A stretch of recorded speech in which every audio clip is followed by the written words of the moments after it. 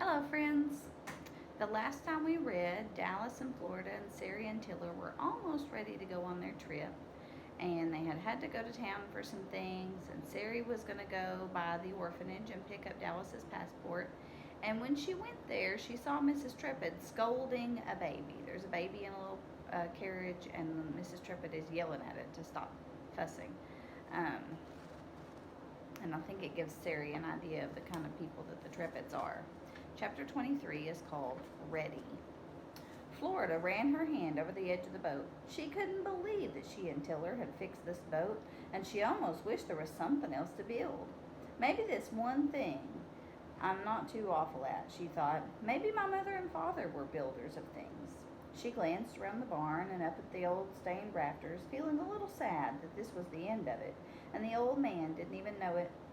Inside the cabin, she found Dallas in the loft trying on his new hiking boots. Boat's done, Florida said. Want to see it? It's done? All completely done? Yep. Where's the old lady? Her name is Sari, Dallas said. Quit calling her the old lady. I'll call her whatever I want to call her, Florida said. Quit telling me what to do. You're not my boss. Who said you were my boss? That afternoon, they retrieved their buried money, and that night in the loft, they stashed some in their shoes and some in their pockets and some in their backpacks. I'm leaving enough money to pay for these backpacks they bought us, Dallas said, and for this flashlight and these boots. They'll come in handy. And I'll leave some money for these whittling knives, too. And I'll leave some for these sleeping bags, Florida said. We sure could use sleeping bags. If we leave the money, it's fair, isn't it? It's not like we're taking anything then, right? Right, Dallas said. Now we'll just wait until they're asleep. And then we're out of here, Florida said. Night train, here we come. Dallas and Florida were quiet, facing the windows, waiting for the owl. They were each feeling jittery and mournful, and neither of them could figure out why that was so, since they'd been waiting for this night for a long time. Tiller, Sari said, you asleep yet? I was asleep till you woke me up, Tiller said. But you're awake now? Do I have a choice in this matter? Of course you have a choice, Sari said. I'm not going to force you to stay awake. Tiller yawned. Did you want something? Do you remember when Dallas and Florida first came here and you asked them how old they were and when their birthday was? Do you remember that? Yep. Do you remember when their birthday is? The 29th of July, Tiller said. Is that why you woke me up? Sari whispered. You remember Mr. Trepid said he'd take care of Dallas's passport and application and getting his birth certificate and all that. I remember. I haven't completely lost my brains. Sari tapped his forehead. I know that. I was looking at that passport today. But the thing is, their birthday isn't the 29th of July. It's the 3rd of March. Kind of a big difference, Tiller said. March to July. Why do you think they don't know when their real birthday is? Sari said. Sari, at this hour of the night, I don't think much of anything. My brains are shut down. Motors off. The engines... Okay, I get the picture, Sari said, blowing out their candle. Tiller was snoring within minutes, but Sari lay there listening to the night sounds. In the loft, Dallas closed his eyes. Immediately, a long-ago trio appeared as if they were sneaking out from behind a curtain and taking their turn on stage. Floating across his mind's stage were Mr. and Mrs. Cranbep and their daughter Gigi with her curly yellow hair. Dallas and Florida were 7 when they went to live with the Cranbeps. You're so lucky, Mrs. Cranbep had told them, to be with us now and to have a new sister like Gigi. At night, Gigi would come into Dallas and Florida's room and spit on them. One night, after Gigi spit on them, Dallas punched her in the stomach. You stupid brute, Mrs. Cranbep said to him, beating on a little girl. If you ever touch her again, you'll be out of here so fast your head'll spin. The next night, Gigi came into their room and skipped over to Florida's bed. Your hair's stupid, she told Florida as she tugged it. Quit it, you little cockroach, Florida said. That hurts. Gigi pulled so hard that pieces of Florida's hair came away in her hands. Later that night, Florida snuck into Gigi's room and gathered up all of Gigi's dolls. Wake up, Dallas, she said. You and me have got some hair pulling to do. When the Cranbeps returned, Florida and Dallas, to the Boxton Creek home, Mrs. Cranbep emptied a bag of bald dolls onto the Trepid's desk. These twins are demented, Mrs. Cranbep said. Dallas, Florida whispered, you think we should go now? Do you think they're asleep? Shh, Dallas said. He sat up and reached for his boots. I guess they're asleep by now. I guess they won't hear us. But he stayed where he was, as if he was stuck to the bed. Florida sat on the bed opposite, facing him. I wonder what they'll think when they see that we've hit the grit. Shh, don't talk like that. They probably won't think anything. Florida smoothed the quilt on the bed, licked her finger, and rubbed at a spot on the quilt. You don't think they'll have a giganza heart attack or something, do you? You don't think the shock will scare 'em to death, do you? Aw, shoot, Dallas said. What'd you go and say that for? That idea wasn't even in my head till you said it. Forget it, Florida said. They'll probably be relieved. They'll probably be glad they don't have to cook for us anymore. They'll be glad they don't have to cart us along with them on their trips. They'll probably have a celebration. They'll probably... Enough already, Dallas said. If we're going, we better get moving. What, now? Now. Chapter 24 is called Tiller and Sari. Tiller's eyes were tightly closed, but he wasn't yet asleep. He was willing himself to dream about his trip to the Rutabaga River. He could do that sometimes and make himself dream a certain thing. Usually he tried to do it when he had a problem, in hopes that the dream would help him sort it out. The first time he'd done it was when their second child, Lucy, was a toddler. Lucy went through a terrible sick spell, listless and pale for weeks on end. The doctor ran tests, so many tests, so many punctures in the little girl's arms, so many tubes hooked here and there. When the tests were finished, Tiller and Sari took Lucy home to await the results. As they were leaving the hospital, Tiller said, "But she won't eat anything except popsicles. Orange popsicles. What should we feed her?" "Let her eat popsicles," the doctor said. "No harm in that." That night, Tiller made himself dream about Lucy so he could figure out what was wrong with her. In his dream, Lucy was lying on a cot, holding a dripping orange popsicle. The orange drips turned to red, like blood, and made a terrible sizzling noise when they touched her skin. "Ow, Daddy, the popsicle hurts," Lucy told Tiller in his dream. When Tiller awoke the next morning, he threw away all the orange popsicles. Then he filled a pot with well water and began tossing the ingredients for getting better soup, making up the recipe as he went along. Tiller told Lucy that all the popsicles had disappeared in their night, but in their place an angel had brought Lucy soup. Only for Lucy, not for Buddy or Tiller or Sari. Lucy took a tentative sip, and then another, and another. When she finished the first bowl, she asked for a second helping. By evening, she was chasing Buddy out on the porch. By the next morning, she was racing to the creek, her cheeks pink, her little arms flapping beside her like wings. When Tiller returned alone to the doctor's office the following week, the doctor apologized. "The tests were inconclusive," he said. "We'll need to do more tests." "Nope, we don't," Tiller said. It was popsicles, orange popsicles. She must be allergic to them. The doctor was scornful. "I don't think..." "Trust me," Tiller said. "Orange popsicles." Now, as he lay in the bed in the cabin, thinking about his trip to the mighty Rutabaga River, he again asked his mind to dream. This time, he hoped the dream would tell him whether he should take the trip or not. He was feeling anxious about leaving Sari and nervous about being responsible for Florida. Would he have enough patience? Beside him, Sari, who was also still awake, and she too was fretting over her upcoming trip. For so long she'd dreamed of taking a trip by herself without Tiller. She'd been with him nearly all of her life, and she wanted to see if she was different when she was alone. Would she think different things, do different things? Who was she all by herself? She drifted off to sleep, but when Tiller's snoring woke her, she got up and went to the living room and opened the trunk in the corner. In it were bits and pieces of her past. On top, there were grown children's wedding photos, and beneath those, drawings from when the children were young. Farther down, she found a photo of herself when she was 19, standing in front of a cafe in New York City. Sari peered at her younger self. With her long dark hair and her smooth skin, she'd gone to New York to attend college. So excited, so eager for all the sounds and smells of the busy city. She'd been there for 2 weeks when Tiller appeared at her door. "I decided to come too," he said. "I missed you." "You can't," she told him. "Go home." "Home," he said. "I want to be here with you. I'm going to get a job and..." "No, not here you aren't," Sari said. "Go home." She closed the door on him and stood there, angry at first, and then mortified at what she'd done. He looked so stunned standing there. A week later, a postcard came from Ruby Holler. On it, Tiller had written, "The maples are blazing rubies." The next week, another postcard. "The maples have turned to gold, and willow leaves float along the creek."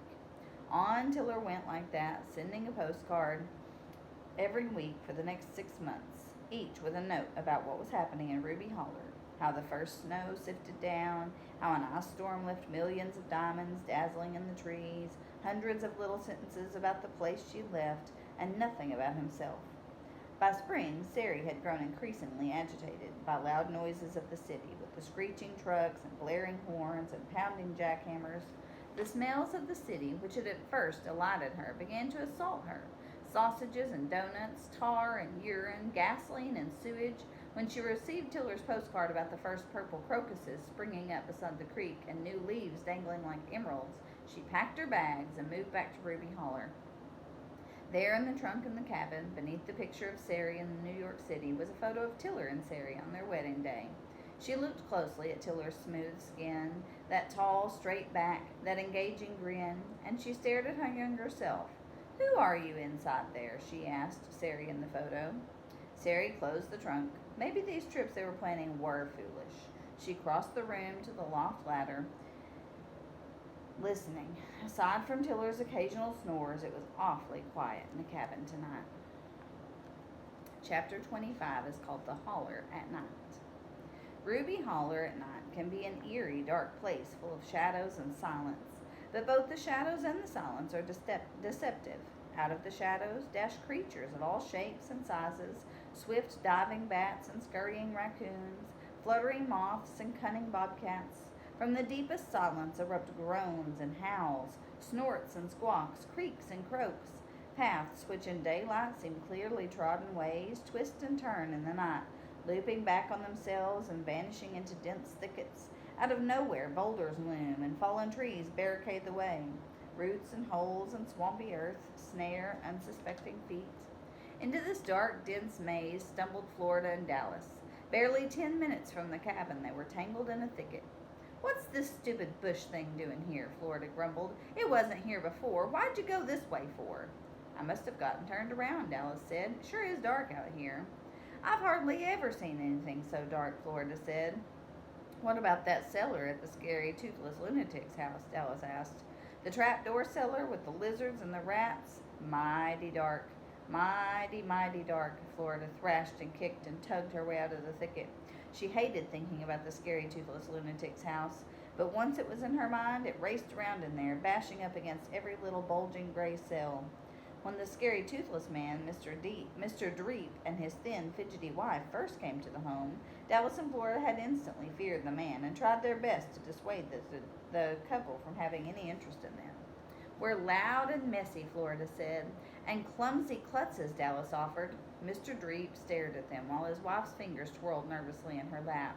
Mr. Trepid sat to one side, clicking his tongue. "They're no louder or messier than any other kids," Mr. Trepid said, "and they're very strong for their age." Mr. Dreep nodded. "Aye," he said. "We're stupid," Florida said. "I can't even read." "Of course she can read," Mr. Trepid said. "Can't," Florida said. "Try me. Give me any old thing, and I'll bet you I can't read it."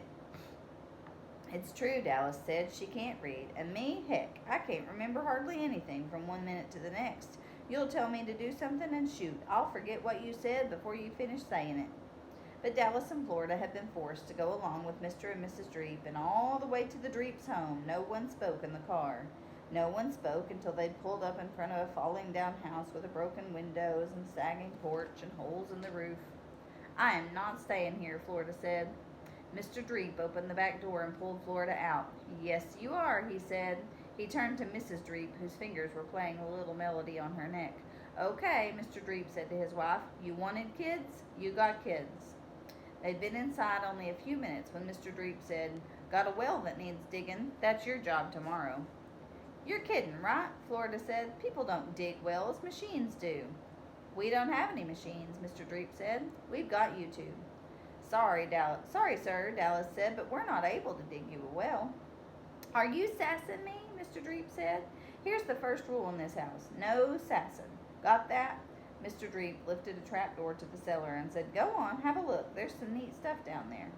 Dallas started down the ladder with Florida after him. The door closed over them and a lock clicked. It was pitch black, so dark that Dallas and Florida couldn't see each other, although they were barely a foot apart. Something skittered across Dallas's foot. It was terrible in the cellar all night long.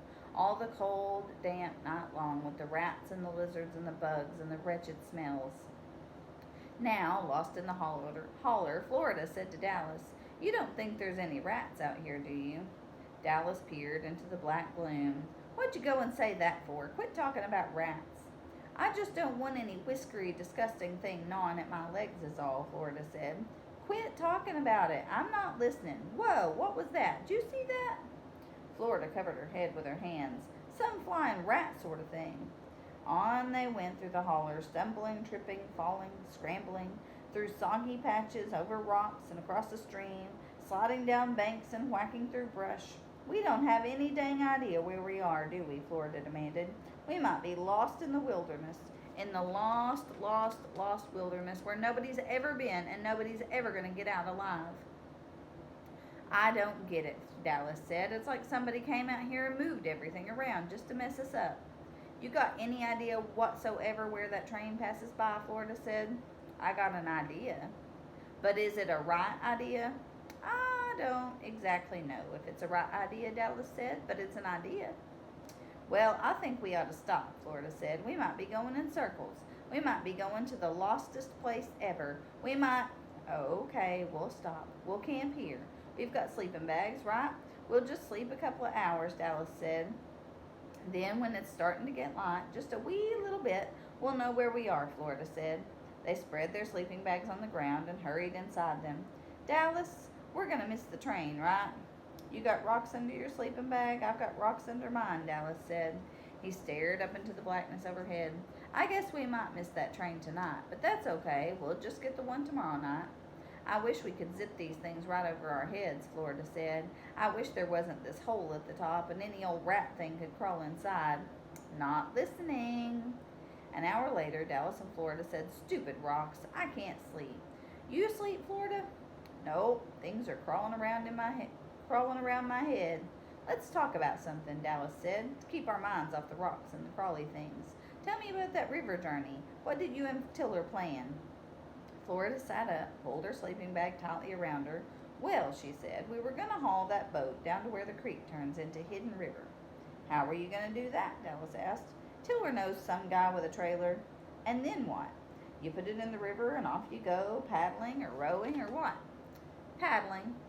"What, paddling like crazy day and night?"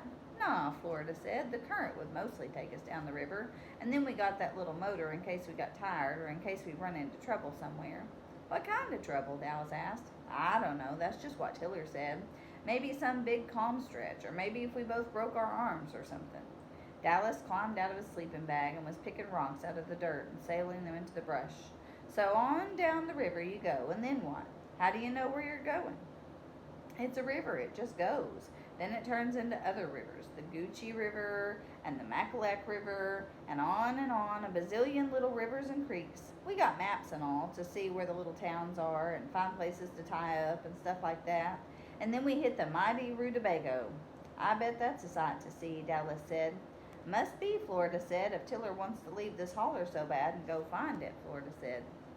She scooted out of her sleeping bag and started helping Dallas clear rocks. She felt odd talking about the trip now that she wasn't going on it. She wanted to stop talking about it. "What about that trip to Kangadoon?" she said. "Tell me about that." "First, we were going to get a ride to the airport," Dallas said, "and get on a plane, a real plane, you know, one of those jet things, and fly, fly, fly." "What, like over the ocean?" "Fly right out over the ocean," Dallas said, "and land on a tiny island, wham, Kangadoon. And then hike, and search for the red-tailed rockingbird. Hey, I have a picture of that bird. You want to see it?" "What, here?" Dallas rummaged through his backpack. "In here somewhere." He retrieved a flashlight and a pamphlet and pointed to a picture on the back. "What a funny-looking thing," Florida said. "Little chicken body and that long lopsided tail and all those different colors. It looks like it rolled around in a zillion paint pots." Dallas stared at the picture. "Don't you wonder why Sari would want to go all the way to Kangadoon to find this funny-looking bird when there are funny-looking birds all over the holler?" "Maybe they're losing their brains a little bit," Florida said.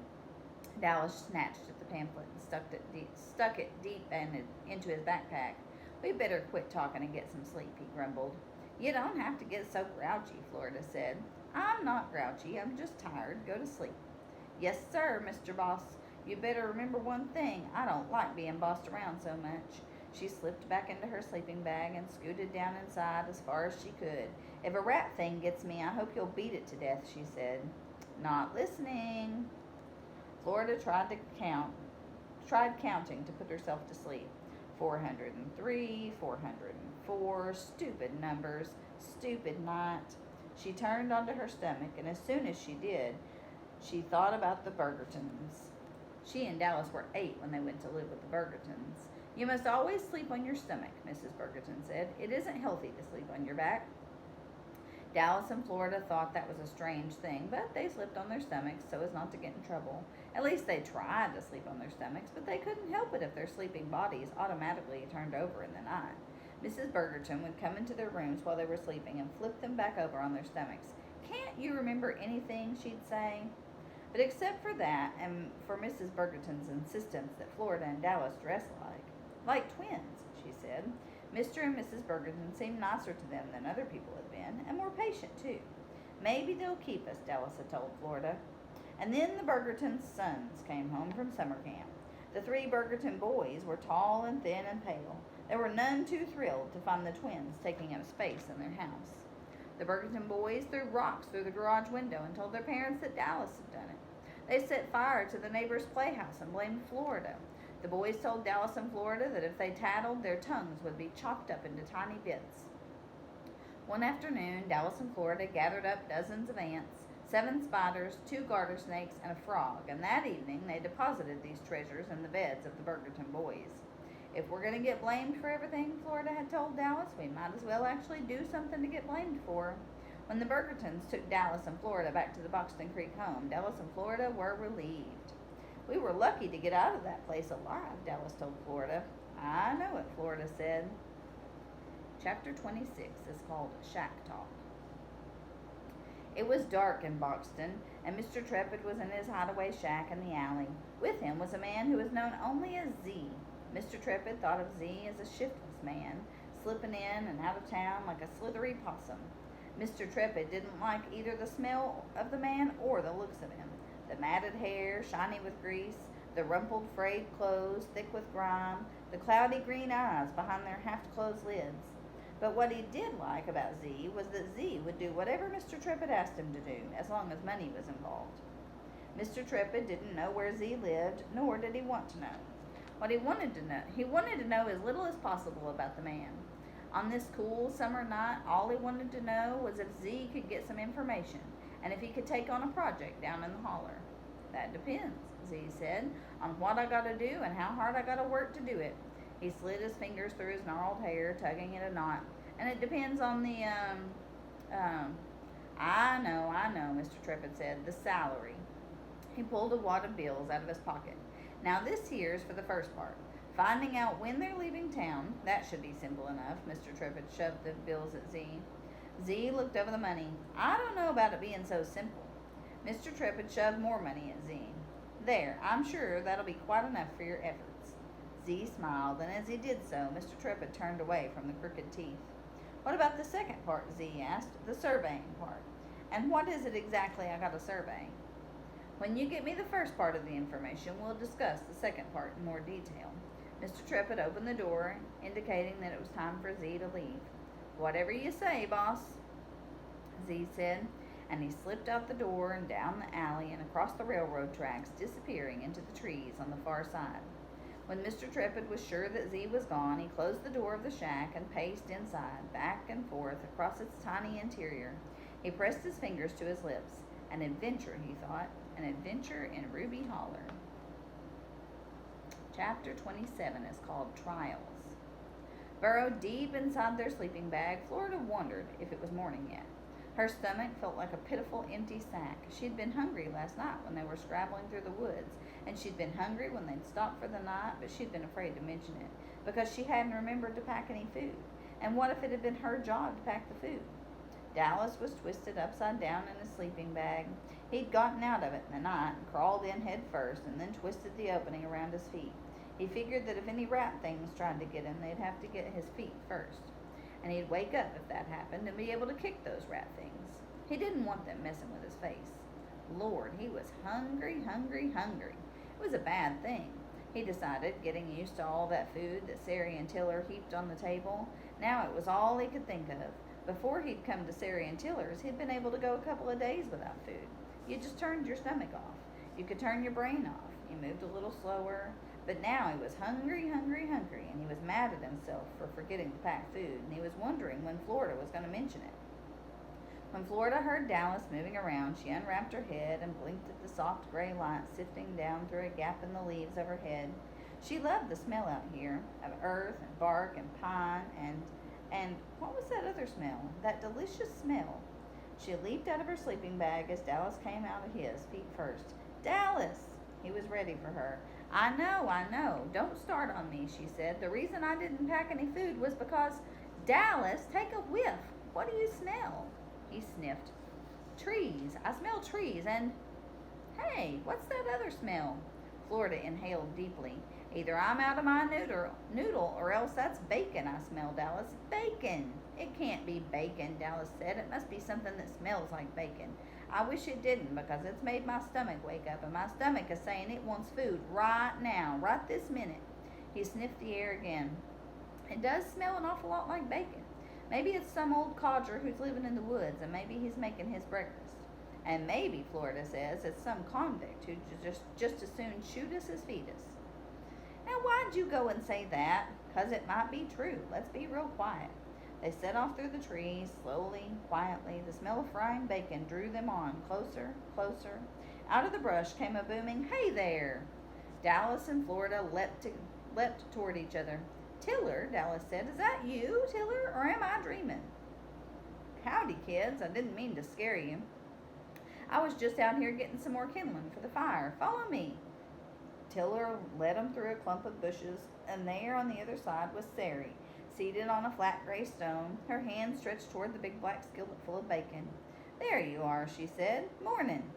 Florida leaned toward Dallas. "We're dreaming, right? We died in the middle of the night, and now we're dead, and our brains are dreaming, right?"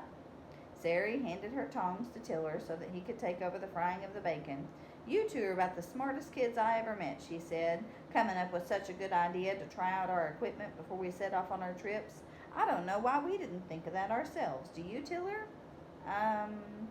But how'd you know we were gone?" "And how'd you know where we were?" Dallas said. "How'd you find us?" "I couldn't sleep," Sari said, "so I went up to check on you like I do every night." "You've been checking on us every night?" Florida said. Sari looked sheepish. "It's just a mother thing," she said. "Kids in the house, I check on them. When I saw you were gone, I figured you must have decided to try out these sleeping bags and stuff. I thought that was the most brilliant idea, so me and Tiller, we decided to join you." "How'd you find us?" Florida said. "I mean, not that we were hiding or anything, but—" "Sari has a nose for where kids go," Tiller said. "And then," Sari said, "when we saw where you were camping, we went back and got some food in the skillet because we knew we'd all be hungry this morning. Ready to eat?" Tiller passed around 10 plates, which Sari heaped with eggs and bacon and warm biscuits. "Anybody want honey?" Sari asked. Accepting a generous spoonful, Dallas said, "I suppose we should have told you where we were going." "Out in the woods," Florida said, "to try out our things, just like you said. We probably should have told you." "No call to do that," Sari said. "I can see what you were thinking. You were thinking, let's not disturb Tiller and Sari. Let's just try out this stuff without bothering anybody. Kids ought to have a little choice, that's what I think. They ought to be able to do stuff without somebody watching over their shoulders every minute." Florida licked the honey from her fingers. "Well, ma'am, that's a mighty interesting way to think." "So," Sari said, "what's the verdict? You think those sleeping bags will work out okay?" "Well," Florida said, "I think maybe the sleeping bag should have some sort of thing over the head part." "Like what?" Tiller asked. "Something to keep out crawly bugs." Oh, I lost my page.